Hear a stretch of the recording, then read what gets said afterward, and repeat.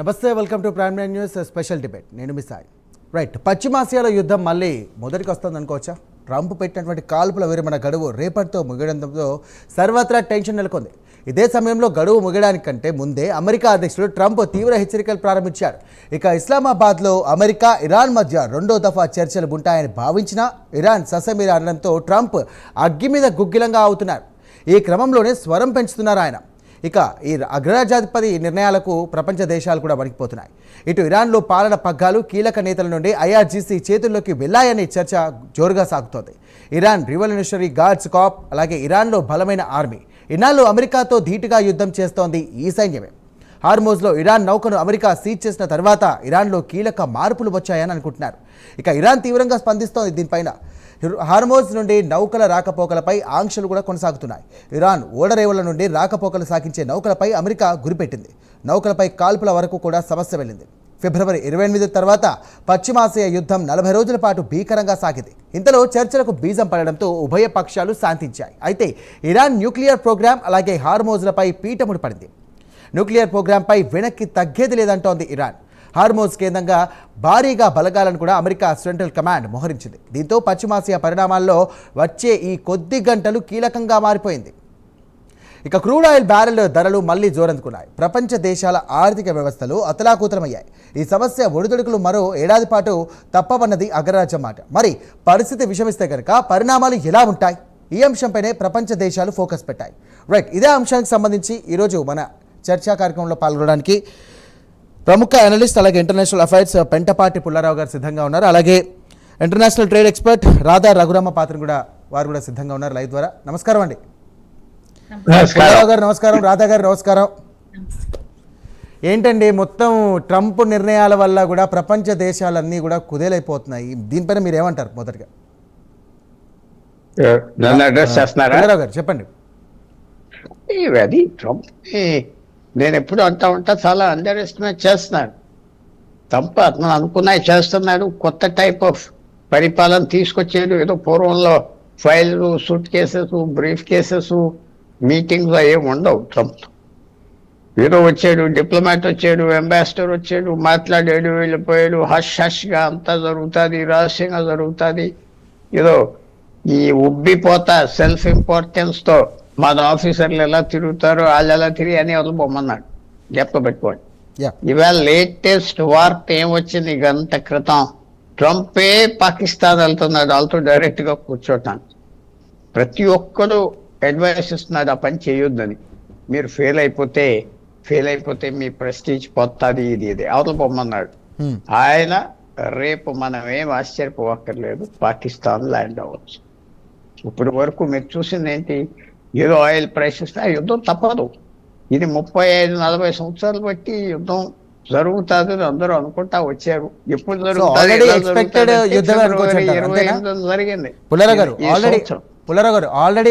యుద్ధమే అనుకోవచ్చా?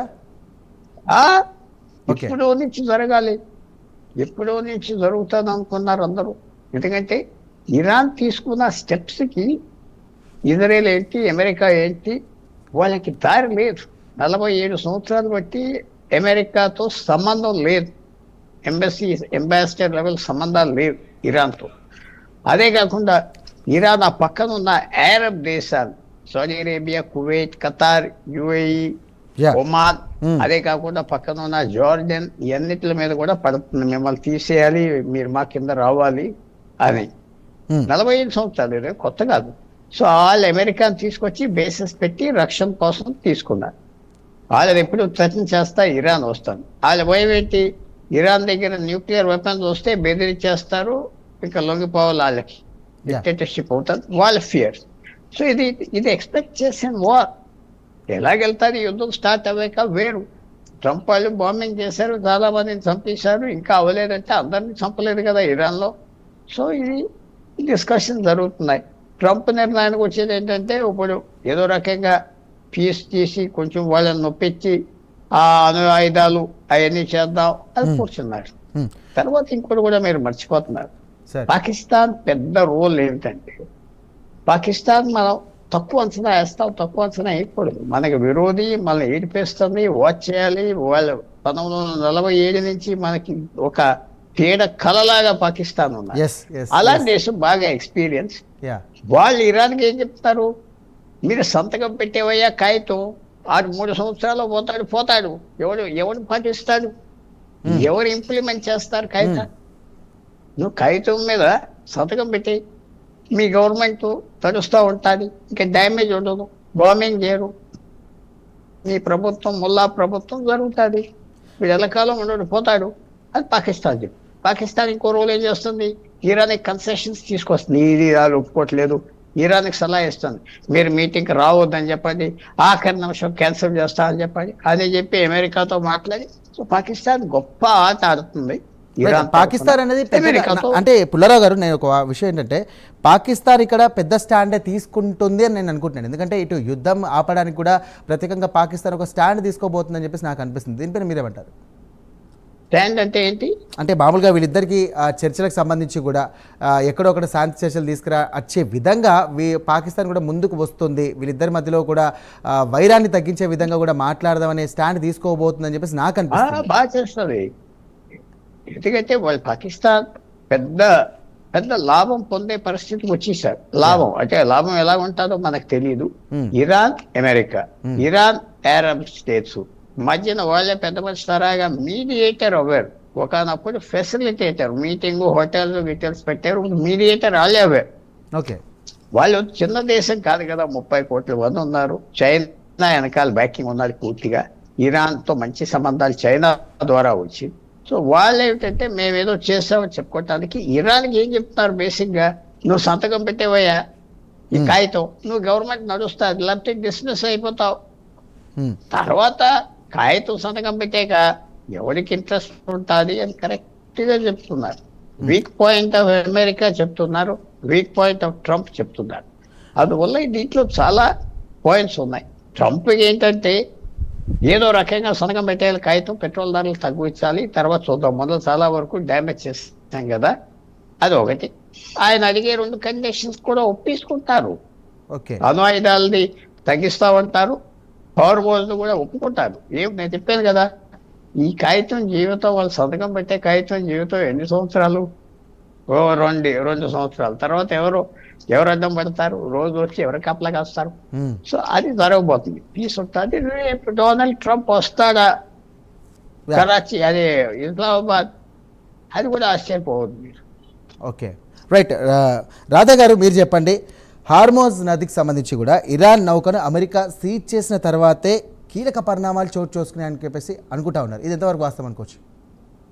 నమస్తే అండి, అలాగే పుల్లారావు సార్కి నమస్కారం, అండ్ ప్రైమ్9 వ్యూవర్స్ అందరికీ కూడా గుడ్ ఆఫ్టర్నూన్ అండ్ నమస్తే.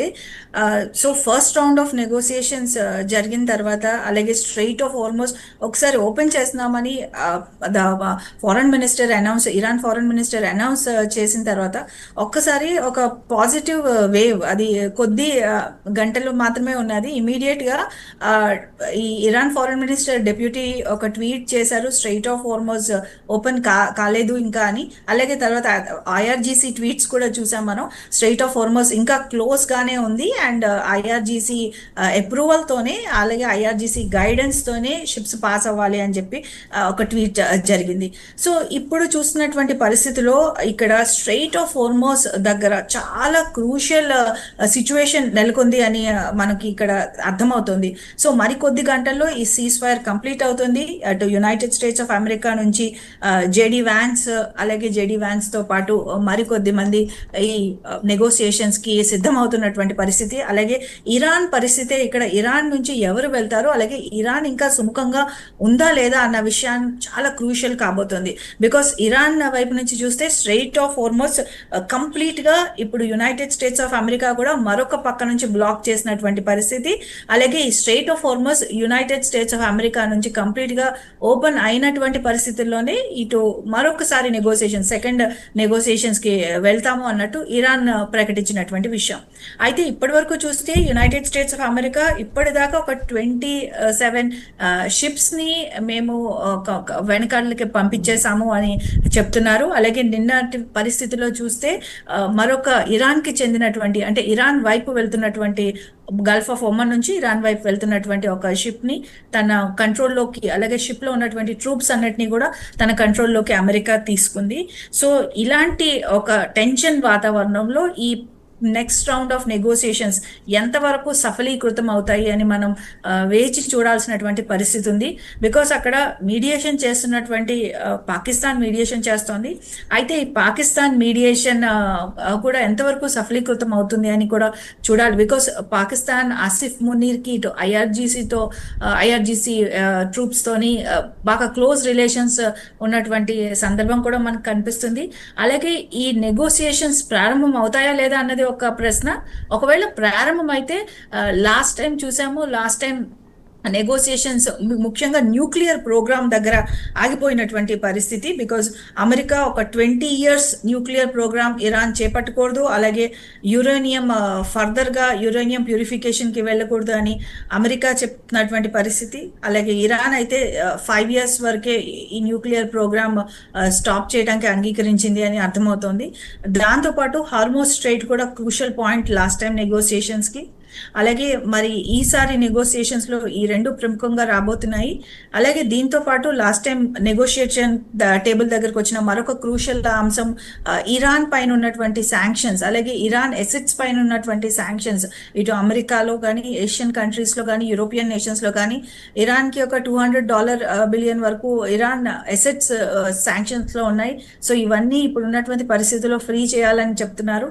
అలాగే ఇప్పటి వరకు వార్తో జరిగినటువంటి నష్టం ఒక $250 బిలియన్ వరకు ఇరాన్ చెప్తున్నటువంటి అంకెల చూస్తే మనకి వాళ్ళకి నష్టం జరిగింది. దీనిలోని అట్లీస్ట్ ఒక $20 బిలియన్ ఇటు అమెరికా సహాయం చేయాలి, అలాగే అమెరికా నుంచి వాళ్ళకి కావాలని అన్న ఇష్యూ కూడా వాళ్ళు ముందుకు తీసుకొచ్చారు. సో ఇవన్నీ కూడా crucial point of negotiation.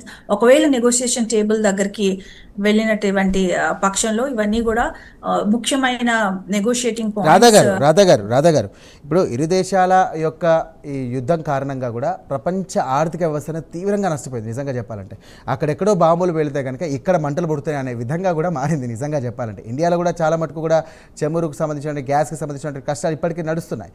So ఇది ఎంతవరకు వెళ్ళే అవకాశం ఉంది? ఒకవేళ ఇప్పుడు సీజ్ ఆఫ్ ఫైర్ సంబంధించి కూడా కౌంట్ డౌన్ స్టార్ట్ అయిపోయింది. సో ఆ నిర్ణయం కూడా వెనక్కి తీసుకుంటే కనుక ఒకవేళ మళ్ళీ యుద్ధం స్టార్ట్ అయితే కనుక ఏ విధంగా ఉండబోవచ్చు ప్రపంచ ఆర్థిక వ్యవస్థ?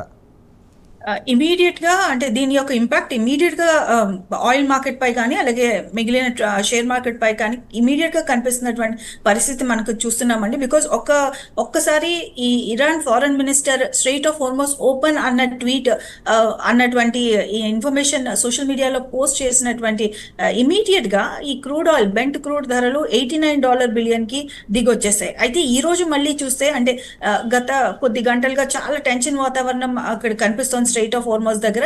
సో ఈ వాతావరణానికి అనుగుణంగానే బెంట్ క్రూడ్ ధరలు $95 బిలియన్ కి ఆల్రెడీ వెళ్ళిపోయినటువంటి పరిస్థితి. కాబట్టి ఈ మార్కెట్ రియాక్షన్స్ అంటే ఒక విధంగా న్యూస్ హెడ్లైన్స్ ఆధారంగా న్యూస్ హెడ్లైన్స్ యొక్క ఇంపాక్ట్ ఇమీడియట్ గా ఈ మార్కెట్ పై కనిపిస్తోంది. అలాగే బెంట్ క్రూడ్ ఆయిల్ ప్రైజెస్ పై కానీ, గ్యాస్ ప్రైజెస్ పై కానీ కనిపిస్తుంది అనడంలో ఏమాత్రం సందేహం లేదు. సో మార్కెట్ హెడ్లైన్స్ అనుగుణంగా ఇటు షేర్ మార్కెట్ ధరలు కానీ, లేదంటే క్రూడ్ ఆయిల్ ధరలు కానీ ఇంపాక్ట్ అవుతున్నాయి అనడంలో మీరు చెప్పినట్లుగా ఏమాత్రం సందేహం లేదు. ఆల్రెడీ బెంట్ క్రూడ్ $95 బిలియన్ కి వెళ్ళిపోయినటువంటి పరిస్థితి మనకు కనిపిస్తుంది. సో నెగోషియేషన్స్ టేబుల్ దాకా వెళ్తాయా లేదా అన్న విషయం కూడా ఈ ట్రేడ్ మార్కెట్ పైన, షేర్ మార్కెట్ పైన కానీ, అలాగే బెంట్ క్రూడ్ పైన కానీ ఇంపాక్ట్ చూపిస్తుంది. సో రేపు ఉదయం ఒకవేళ మనకి కానీ ఈ డిస్కషన్స్ కానీ జరుగుతున్నాయన్న పక్షంలో ఒక పాజిటివ్ ఇంపాక్ట్ మళ్ళీ బెంట్ క్రూడ్ కానీ, అలాగే ట్రేడ్ మార్కెట్లో కానీ, షేర్ మార్కెట్లో కానీ ఆ ధరలు కొద్దిగా తక్కువ ముఖం మనకు కనిపిస్తాయి. లేదంటే మరి ఆయిల్ ప్రైస్ పైన దీని యొక్క ఇంపాక్ట్ క్లియర్గా కనిపిస్తుంది. సో మరి వేసి చూడాలి ఈ నెగోసియేషన్స్ టేబుల్ వరకు అట్లీస్ట్ వెళ్తారా లేదా. వెళ్ళినటువంటి ఇంపాక్ట్ పాజిటివ్ గా ఉంటుంది ఎకానమీ పై కానీ, ఆయిల్ పై కానీ. రైట్ రాధా గారు, పుల్లారావు గారు మీరు చెప్పండి, డొనాల్డ్ ట్రంప్ విధానాలు శాంతి ప్రయత్నాలకు సహాయపడుతున్నాయా లేక అడ్డంకిగా మారుతున్నాయి అనుకోవచ్చు? ఒకటి, నెగోషియేషన్ అన్నాక ఎవరి స్థాయిలో అనుకుంటుంది, చాలా కాంప్లికేటెడ్ నెగోషియేషన్. ఇది ఇరాన్ అమెరికా కాదు, Iran Israel, Iran Arab states, చాలా కీ పాయింట్స్ ఉన్నాయి. ఇరాన్ ఏమంటుందంటే ఏదో కాగితం మీద సంతకం పెట్టేస్తే ఇంకా అది పాటించాలి. వాళ్ళు ఏ అగ్రిమెంట్ వచ్చినా ఇరాన్కి లాభం. ఓకే. ఏ మాత్రమైనా వాళ్ళకి కంటిన్యూ అయిపోతుంది కదా ప్రభుత్వం, కంటిన్యూ అయిపోతుంది ప్రభుత్వం. మళ్ళీ ఇంకో రకంగా ఎక్స్ట్రీమ్ ప్రభుత్వం, వాళ్ళ సైన్యం IRGC వాళ్ళే మొదలుకు వచ్చేసారు, వాళ్ళే కంట్రోల్ చేస్తున్నారు. ఈ సూట్స్ అంటారు, ఎవరైతే సూట్స్ వేసుకొని తిరుగుతున్నారో ఇరాన్ తరఫున, అది ఏం పవర్ లేదు. అంటే మొహమ్మద్ బగేర్ గాలిబఫ్ చేసినటువంటి ఆరోపణలు పరిస్థితిని మెరుగుపరుస్తాయి అనుకోవచ్చా? వాళ్ళు అంటారు, వీళ్ళు అంటున్నారు, ఇద్దరికి ఓ రకంగా ఇరాన్ కూడా వాళ్ళు ఒక రకంగా నెగోషియేట్ చేస్తున్నారు. ఓపిక తప్పట్లేదు, ఎందుకంటే డొనాల్డ్ ట్రంప్ అవమానం చేస్తున్నాడు, వాళ్ళ అస్వాదం, వాళ్ళు రియాక్ట్ అవ్వాలి. మెయిన్ థింగ్ ఏమిటంటే నేను అనుకుంటున్నా, తప్పకుండా టాక్స్ అవుతాయి, తప్పకుండా ఏదో సంతకం పెడతారు, కంత పెడతారు.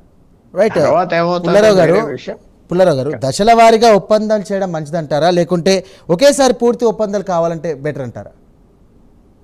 వాళ్ళు ఒకేసారి కావాలి అని ఇరాన్ అంటున్నారు.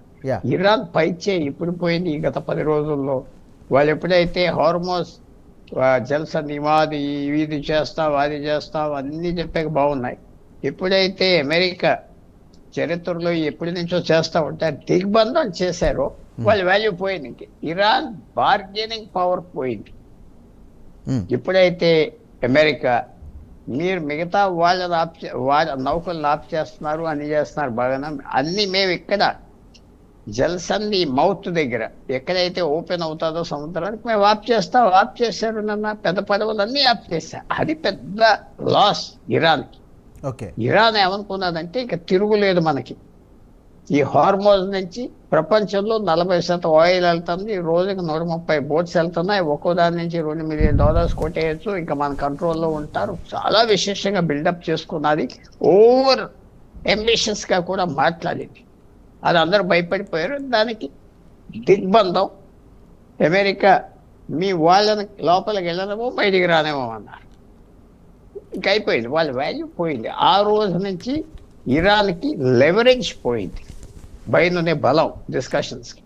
సో తగ్గిన లెవరేజ్, ఇందాక నేను చెప్పినట్టుగా ఏదో రకంగా పాకిస్తాన్ మాట ఏంటంటే సంతకం పెట్టి పోండి, ముందర పీస్ వచ్చేస్తుంది, గొడవలు ఉండవు. అది పాకిస్తాన్ బాగా కన్విన్స్ చేస్తుంది ఇరాన్. మనం దీంట్లో నెగోసియేషన్లో పాకిస్తాన్కి ఏంటంటే క్రెడిట్ వస్తుంది, అమెరికా కూడా చాలా గ్రేట్ఫుల్గా ఉంటుంది, ఇరానియన్స్ గ్రేట్ఫుల్గా ఉంటారు. సో రేపు అదే జరుగుతుంది అనుకుంటున్నా. ఏదో రకంగా అవ్వలేదంటే ఆశ్చర్యమైన కాదు. రైట్. రాధా గారు మీరు చెప్పండి, ఇలాంటి అంతర్జాతీయ ఉద్రిక్తలలో భారత్ తటస్థంగా ఉండాలంటారా? ఇప్పుడున్నటువంటి పరిస్థితిలో అంటే మా భారతదేశం అనుసరించినటువంటి పాలసీ విధానం ఏదైతే ఉందో, నా ఉద్దేశంలో ఈ పాలసీ విధానమే అన్నిటికన్నా సరి అయిందని నా అభిప్రాయం. బికాస్ ఇప్పుడు చూసాము చాలా కంట్రీస్ ఈ నెగోసియేషన్స్, ఇటు ఈజిప్ట్ కానీ మిగిలిన దేశాలు కానీ, సో చాలా దేశాలు ఈ నెగోసియేషన్స్ మధ్యలోకి వెళ్ళి, లేదంటే ఈ ఇష్యూస్ మధ్యలోకి వెళ్ళి వాళ్ళ ఎకానమీ పై కానీ, లేదంటే వాళ్ళ షిప్స్ పై కూడా అటాక్స్ జరిగినటువంటి పరిస్థితి మనకు క్లియర్ గా కనిపించింది. బట్ మన భారతదేశం అనుసరించినటువంటి విధానం ఇటు ఇరాన్తో కానీ, అలాగే యునైటెడ్ స్టేట్స్ ఆఫ్ అమెరికాతో కానీ మన భారతదేశానికి చాలా సత్సంబంధాలు కలిగి ఉన్నాయి. అట్ ద సేమ్ టైం మనము ఈ ఇరాన్కి 2 సార్లు ఇప్పటికీ హ్యుమానిటేరియన్ క్రైసిస్ దృష్ట్యా 2 సార్లు కూడా మనం సపోర్ట్ అందించాం. మెడిసిన్స్ కానీ, లేదంటే ఎసెన్షియల్స్ ఆఫ్ లివింగ్ కానీ, ఇవన్నీ కూడా మన భారతదేశం నుంచి సహాయం అందించినటువంటి పరిస్థితి మనకు కనిపిస్తుంది. కాబట్టి ఈ కరెంట్ సిచ్యువేషన్ లో మన భారత అనుసరించిన విధానం బట్టి మన భారతదేశానికి ఇప్పటి వరకు మనం చూస్తే మనకు ఆయిల్ కానీ, లేదంటే డొమెస్టిక్ గ్యాస్ ఇష్యూస్ కానీ, మన భారతదేశంలో ఉన్నటువంటి ప్రజలకు ఎలాంటి ఆటంకం అయితే ఇప్పటి వరకు కలగలేదు. దీనికి ఒక రీజన్ మన భారతదేశం అనుసరించిన విధానం అని నా యొక్క అభిప్రాయం.